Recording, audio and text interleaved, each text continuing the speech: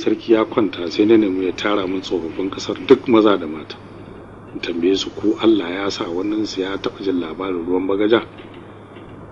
Sarkin ya ce to, nan da na ya tara su na tambaye su suka yi tsit da fari.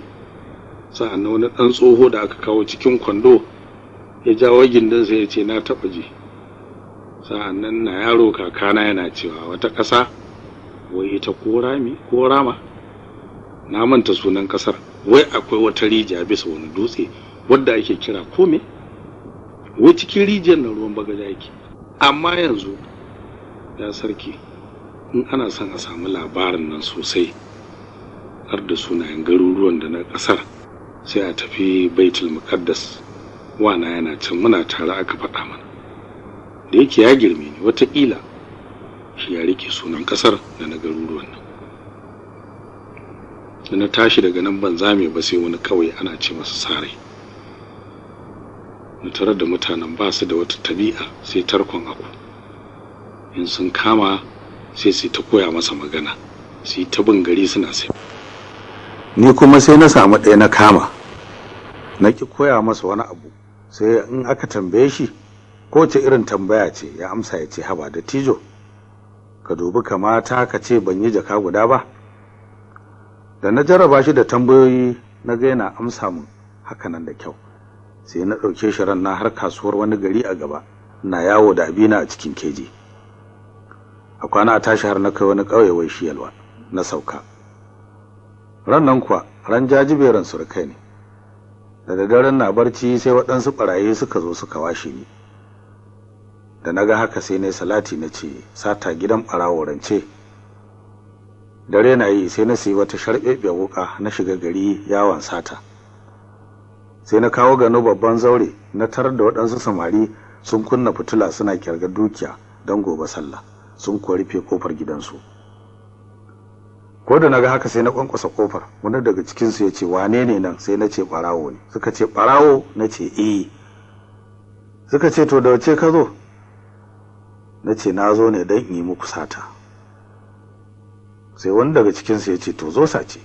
Ni kuma na ce ku buɗe kofar zaure mana ku gani in ban sata ba. Sai babban sai ya tashi da fushi ya buɗe zauren. Ni ko da ganin ya buɗe sai na faɗa ciki fagagam na kashe fitilar. Na dubi bangon na karta da wuka na koma gefe guda na faɗa res na ce wayyo Allah ya kashe ni.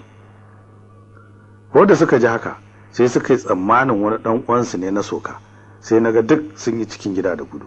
Na tashi na naɗe kayan su sarai na bar garin, na tafi wani ƙauye na sayar da su duka na samu kayan sallah. Da aka sako daga idi sai na fita waje yawo, wai ko Allah ya sa na ga idan sani.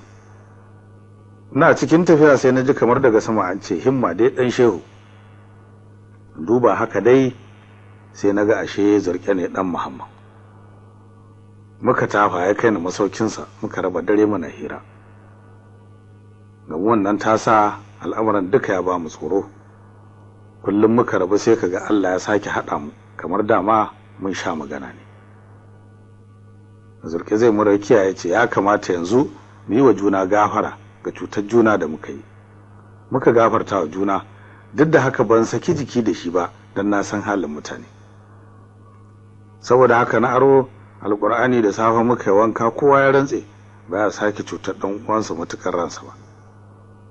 Da gari ya waye na ce masa ni zan wuce zuwa birnin Qudus, ina ujila ne. Ya ce to mu tafi. Me na daure a nan? Muka rangada sai wani gari kato, na ɗauki akuna na tafi kasuwa. Yana ce min menene haka nake fama da kayan tsuntsu? Na ce samun ido dai. Ko da wani bature ya ganna sai ya ce a kunna sayarwa ne? Na ce. Ya ce min nawa za ka sayar min?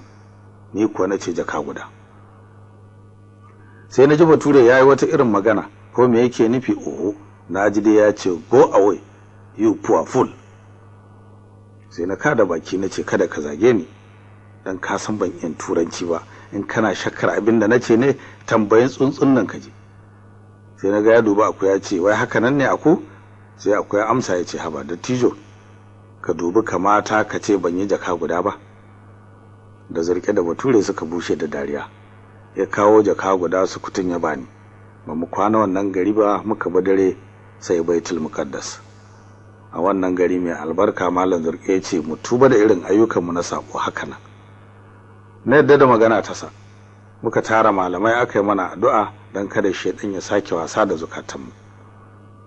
Bayan na huta wata guda na tambaye sarki a tara min tsofaffin garin in tambaye su ko wani ya san inda ruwan bagaja yake. Sarki ya ce to. Aka tara su makila kofar gidansa na tambaye su duk suka yi shiru da fari. Sa'an nan wani tsoho ya ce shi ya sani.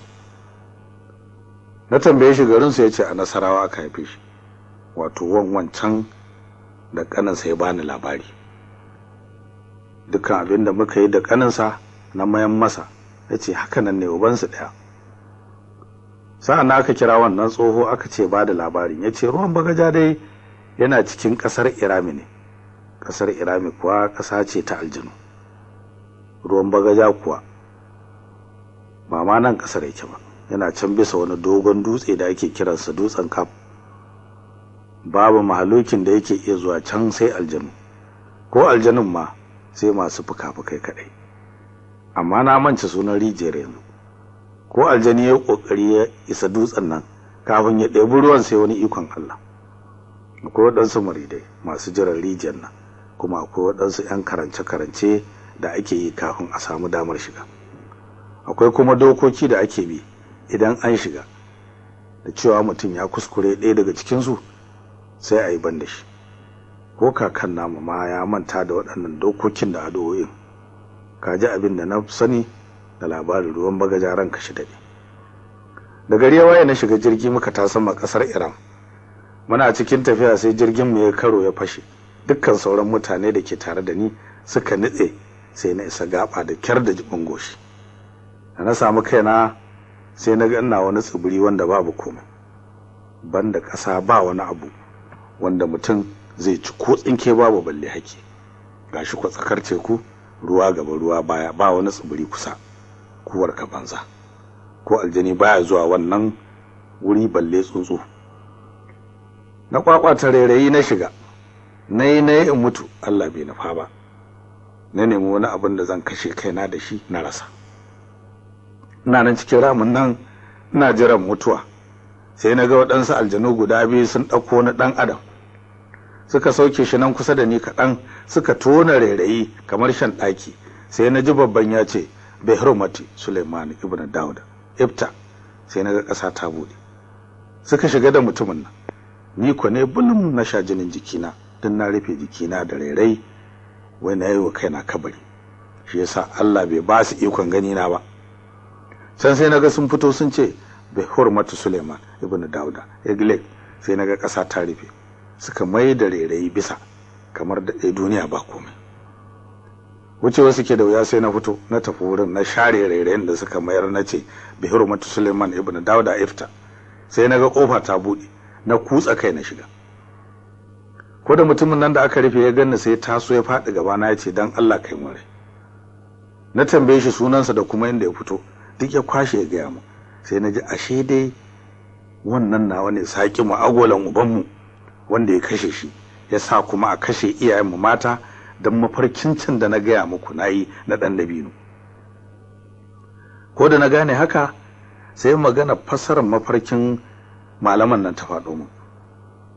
Na duba gaba gare mu kaɗan, sai na ga wani takobi mai kuban zinari. Na ɗauka na zare shi, sai na ga an rubuta kalmar shahada a gefensa. Na dubi mutumin nan na gaya masa ni kowane ne. Na ce masa ya tuna da fassarar mafarkin da aka yi masa, na kuma gaya masa yadda aka yi har aka haife ni da yadda na tashi duka. Ko da ya ji haka sai zaburo min, na sa takobin nan na ɗauke kansa, na ce kafin a zo a kashe ni na rama baba. Shi kuwa ga abin da ya sa aka kawo shi. Wata rana ne yana cin goriba da daddare, sai ya da kodan wanda ya gama ci. Ashe an zo da jirajiran sarkin aljanu wurin suna yin wasa. Abin kaddara sai kwaddagon ya bugi kan dan sarkin aljanu daya a madiga ya faɗi mutu. Shi yasa aka ɗauko shi nan domin a halaka shi.